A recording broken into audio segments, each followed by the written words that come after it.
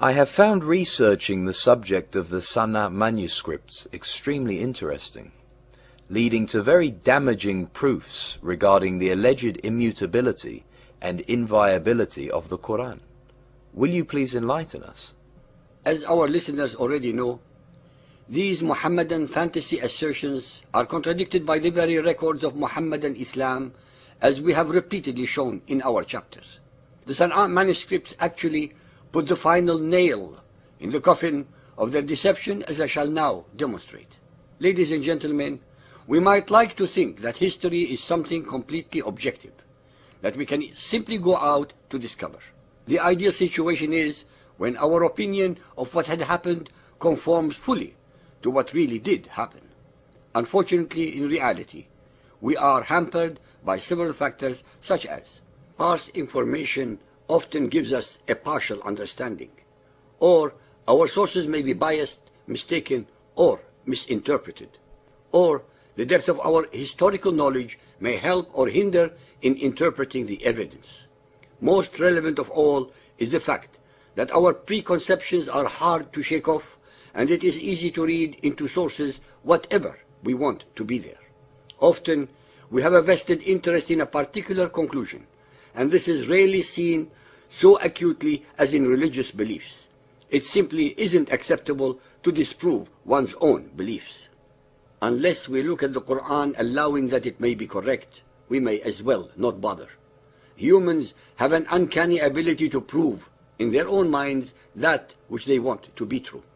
There are three main categories of historical sources that should be addressed. The first is manuscript support. This helps us to see if the present-day works accurately reflect their original texts. The second is other written sources.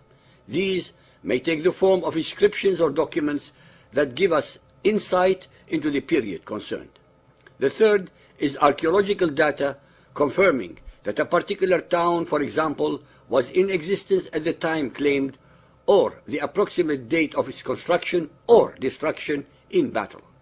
We have so far shown in our series, based entirely upon the Muhammadan records themselves, the falsehood of their common assertion that widespread memorization of the Quran proves its authenticity. In reality, this proves very little, except that virtually all of today's Muhammadans read the same text. This reveals nothing to us of the actual events of 7th century Arabia.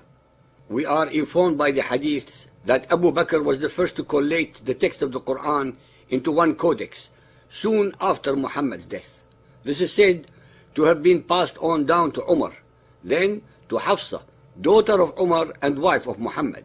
At the time of Uthman, we are told that the Muslims of Sham and Iraq had divergent recitations of the Quran. These differences were so serious that the commander in charge became afraid of their different recitations, so he appealed to Uthman for help.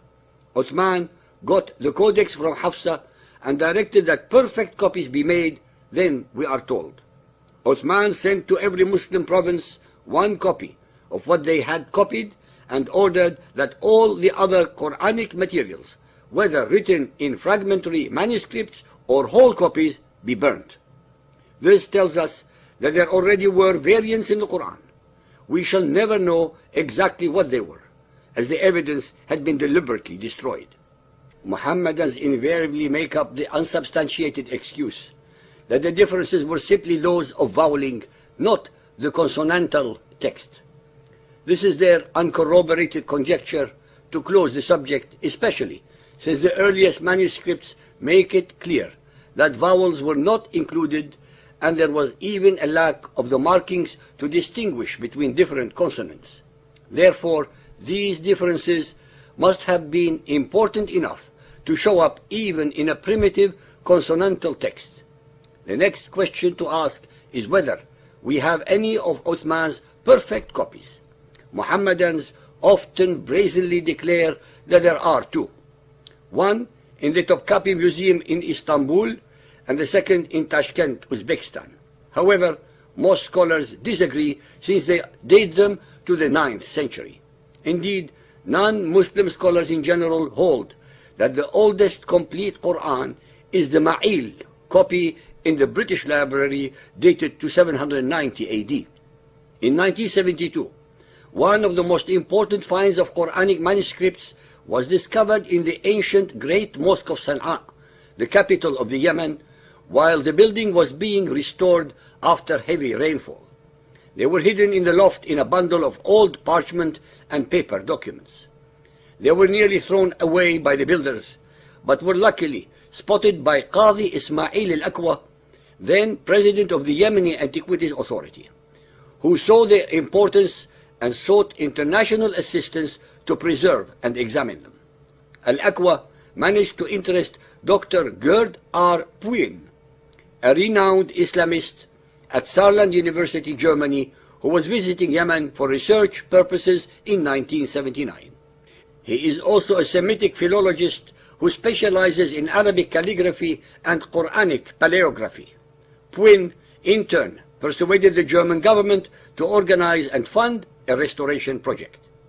The restoration revealed that some of the parchment pages dated from the 7th and 8th centuries, the crucial first 2 centuries of Islam, from which very few manuscripts have survived. Dr. Puin asserts that this is not one single work that has survived unchanged through 14 centuries. It includes stories that were written before Muhammad began his ministry and which have subsequently been rewritten. He says they shed new light on the early development of the Quran as a book with a textual history, which contradicts the fundamental Muhammadan belief that it is the unchanging word of Allah. Puin's conclusions have sparked the usual angry, malicious, and threatening reactions from Orthodox Mohammedans. They have said, "I'm not really the scholar to make any remarks on these manuscripts," he said. So controversial are his findings that the Yemeni authorities, typical of Mohammedan reaction in such matters, have denied him further access to the manuscripts. The Sana'a manuscripts are considered to be the oldest surviving copies of the Quran.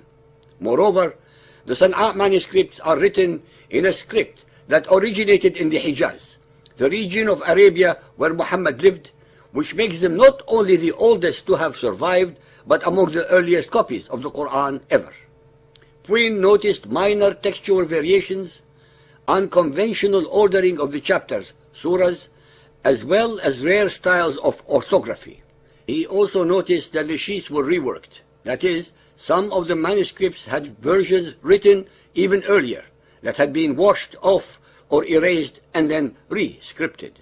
This obviously indicates that there was still considerable textual modification since the time of Uthman. They also show significant variations from the text used today.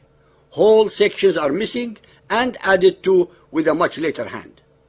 Passages that today read, "Say, Qul," a divine command to Muhammad, are seen to have once been, he said, or they said, indicating a possible attributing of the words of humans to Allah. Over 1,000 variants have been found within the first 83 surahs alone. Findings led Dr. Puin to assert that the Quran had undergone a textual evolution. In other words, the copy of the Quran that we have today is most certainly not the same as the one believed to have been revealed to Muhammad. This is something that Mohammedans obviously find offensive, since they have evolved the idea that they turned into a dogma, which is crucial to their beliefs that the Quran is considered to be the literal word of Allah, unchanging and permanent. The traditional Mohammedan view holds that the Quran was revealed to Muhammad by Allah in segments between 610 and 632 AD. That the revealed verses were recorded on palm leaves and flat stones and in the hearts of men, meaning memorized, and remained in this state during Muhammad's lifetime. In concluding part A of this chapter, I would like to remind our listeners that even the best authority on the subjects of the Quran, Hadiths, and their language is deemed incompetent and incapable by the Muhammadan scholars because he reveals the unacceptable facts about the Quran. Their negative mindset is a continuance of the Quranic instruction not to question its veracity.